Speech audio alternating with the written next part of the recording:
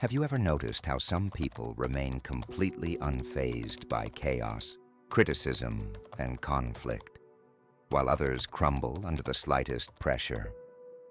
What if I told you this isn't about natural temperament or emotional strength, but about a strategic skill that can be learned, a skill that the most powerful figures throughout history have mastered? In a world designed to trigger your emotions, to keep you reactive, distracted, and ultimately controllable, the ability to remain mentally untouchable isn't just valuable, it's revolutionary. Today I'm going to reveal the hidden psychological framework that allows certain individuals to navigate life with an almost supernatural level of calm and control. This isn't about suppressing emotions or becoming cold and distant. It's about achieving a state of strategic detachment that gives you unprecedented power in every situation. The ancient Stoics understood it. Machiavelli wrote about it. Modern psychological research confirms it. Yet most people will never grasp this concept, let alone master it. By the end of this video, you'll understand why your emotional reactivity has been sabotaging your success, and more importantly, how to develop the rare ability to remain mentally untouchable in a world designed to break you. Are you ready to discover what separates those who control their reality from those who are controlled by it? Part 1. The Trap of Emotional Reactivity. Let's begin with an uncomfortable truth. Most people live their entire lives as emotional puppets. Think about your typical day. Someone criticizes your work, and you feel a surge of defensiveness. A driver cuts you off in traffic, and anger floods your system. Your partner makes an innocent comment that triggers insecurity, and suddenly your mood darkens. Each of these reactions seems natural, even inevitable.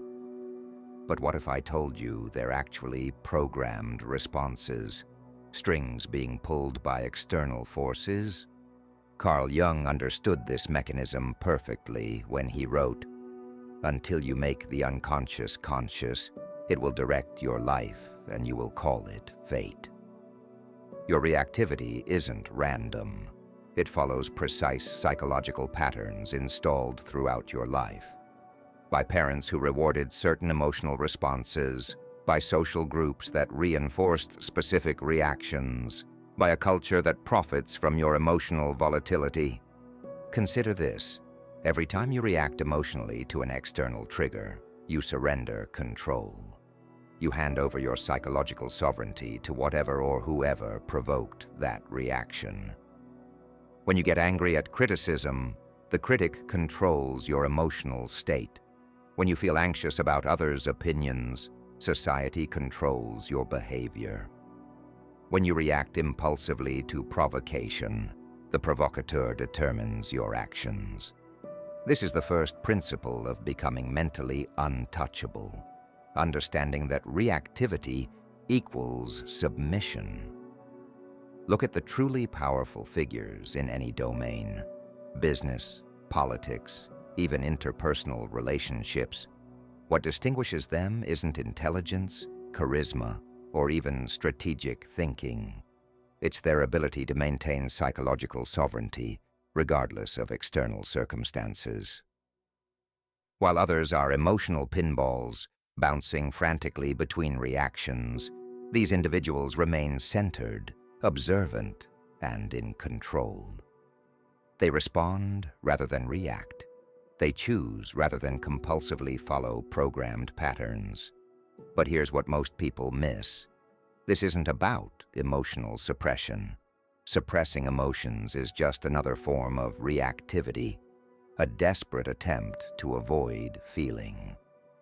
True mental untouchability comes from something much more sophisticated: strategic detachment. Part 2. The Psychology of Strategic Detachment. Strategic detachment isn't about not caring. It's about caring selectively and intentionally. Imagine two people receiving harsh criticism. The first immediately becomes defensive, their heart rate increases, their thinking narrows, and they either lash out or withdraw. The second observes their own emotional response with curiosity, maintains their composure, and chooses their reaction based on their long-term objectives rather than short-term emotional relief. The difference isn't that the second person doesn't feel. It's that they've mastered the art of creating space between stimulus and response. As Viktor Frankl, who survived Nazi concentration camps, famously said, "Between stimulus and response there is a space. In that space lies our freedom and power to choose our response."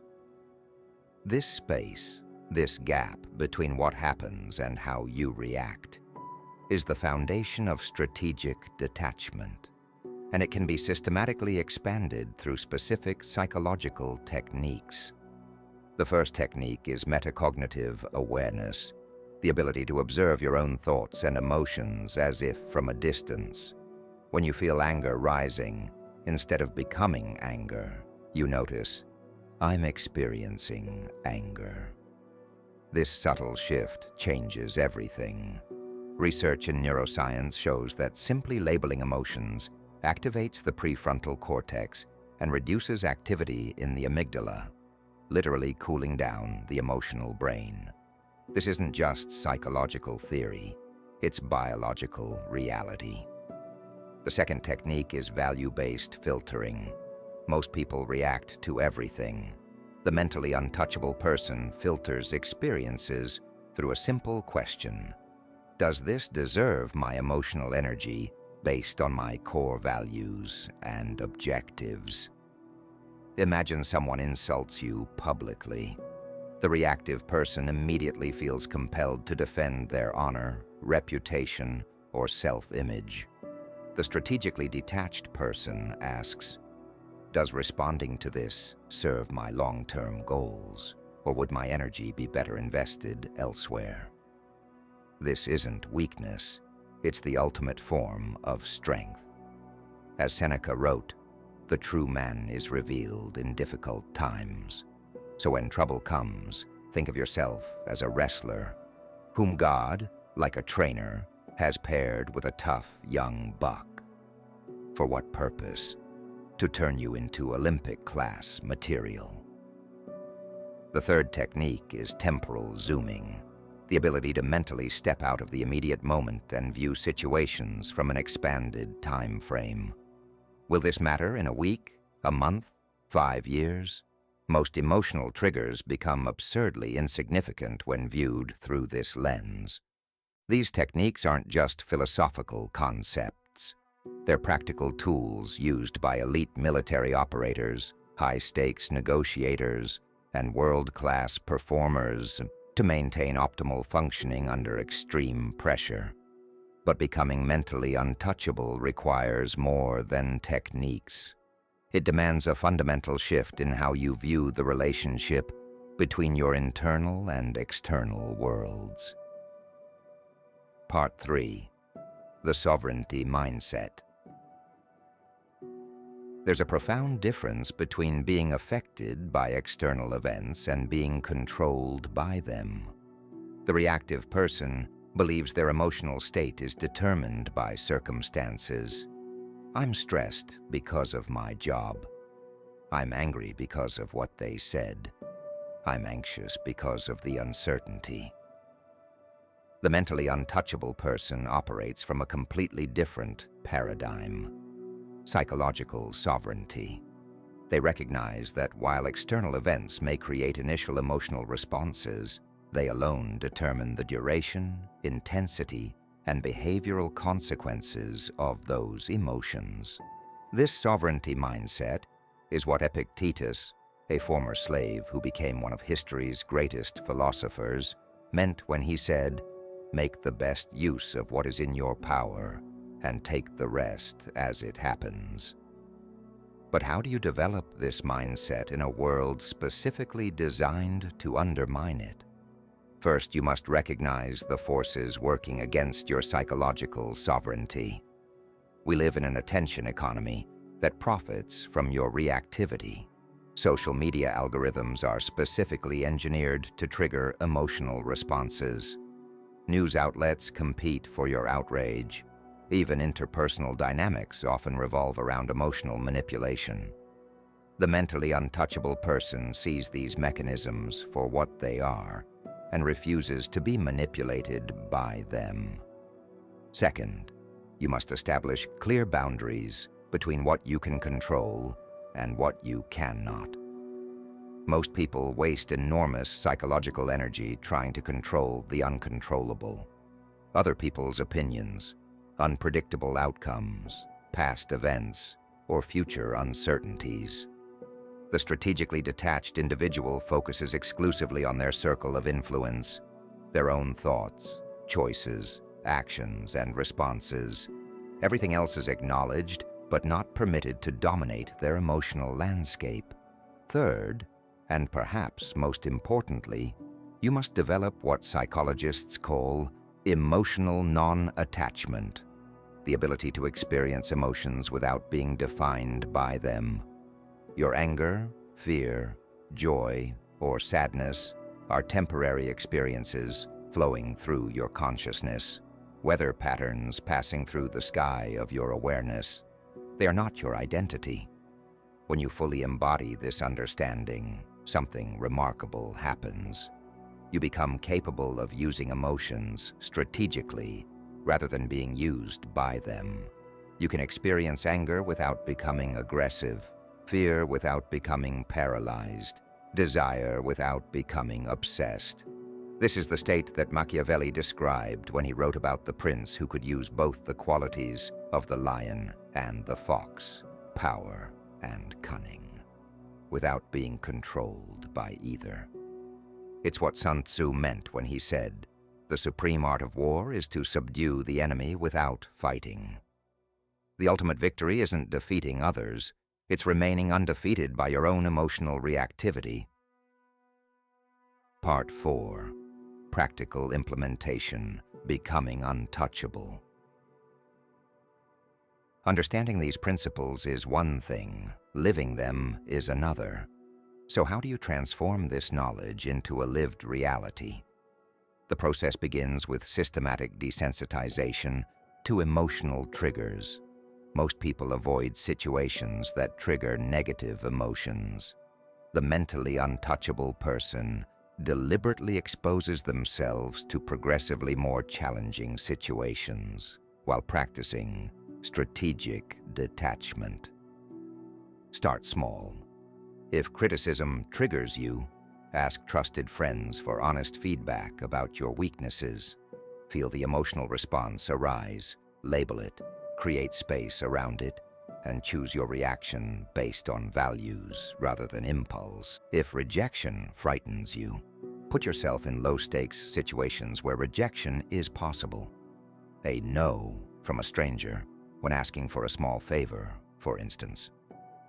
Experience the emotional response without being consumed by it. Gradually increase the intensity. Like a muscle, your capacity for strategic detachment grows stronger through progressive overload. The second implementation strategy is daily metacognitive practice. Spend 10 minutes each morning in mindful observation of your thoughts and emotions. Don't judge, analyze, or try to change anything. Simply observe the patterns of your mind with detached curiosity. Research from Harvard shows that this simple practice literally rewires your brain, strengthening the neural connections between your prefrontal cortex, the center of executive function, and your limbic system, the emotional brain. The third strategy is strategic response planning. Identify the 5 situations that most commonly trigger unhelpful emotional reactions in your life. For each one, design a specific response protocol that aligns with your values and long-term objectives. Someone criticizes your work, your protocol might be pause, breathe, thank them for the feedback, Ask clarifying questions. Consider what's useful, discard what isn't. Your partner pushes your buttons during an argument. Your protocol: create physical space. Name the emotion you're feeling. Remind yourself of what you value in the relationship. Respond to the underlying need rather than the triggering behavior. By preparing these protocols in advance, you bypass the default reactivity that typically hijacks your behavior in emotionally charged moments. The fourth and perhaps most powerful strategy is identity reconstruction. Most people build their identity around attributes that require external validation: being respected, being liked, being successful by cultural standards. The mentally untouchable person builds their identity around internal qualities that no external force can take away: their values, their character, their capacity for growth and adaptation. When your sense of self is no longer dependent on external validation, you achieve a form of psychological invulnerability that few will ever experience. Conclusion: the ultimate power. In a world that profits from your emotional reactivity, strategic detachment is the ultimate act of rebellion. When others are triggered, you remain centered. When others react, you respond. When others are controlled by circumstances, you maintain sovereignty over your internal state. This isn't about becoming emotionless. It's about experiencing emotions without being enslaved by them. It's about engaging fully with life while remaining psychologically free. The truly powerful person isn't the one who can control others. It's the one who has mastered themselves. As you move forward from this video, remember that becoming mentally untouchable is not an overnight transformation. It's a practice, a journey, a continuous refinement of your relationship with your own consciousness. Start today. Notice your triggers. Create space between stimulus and response. Choose based on values rather than impulse. Gradually expand your capacity for strategic detachment. And watch as your life transforms. Not because your circumstances change, but because you've changed your relationship to those circumstances. In a reactive world, the strategically detached individual possesses a power that borders on the supernatural, the power to remain mentally untouchable. If you found value in these insights, subscribe for more strategic wisdom that most will never understand. And remember, true power begins where reactivity ends.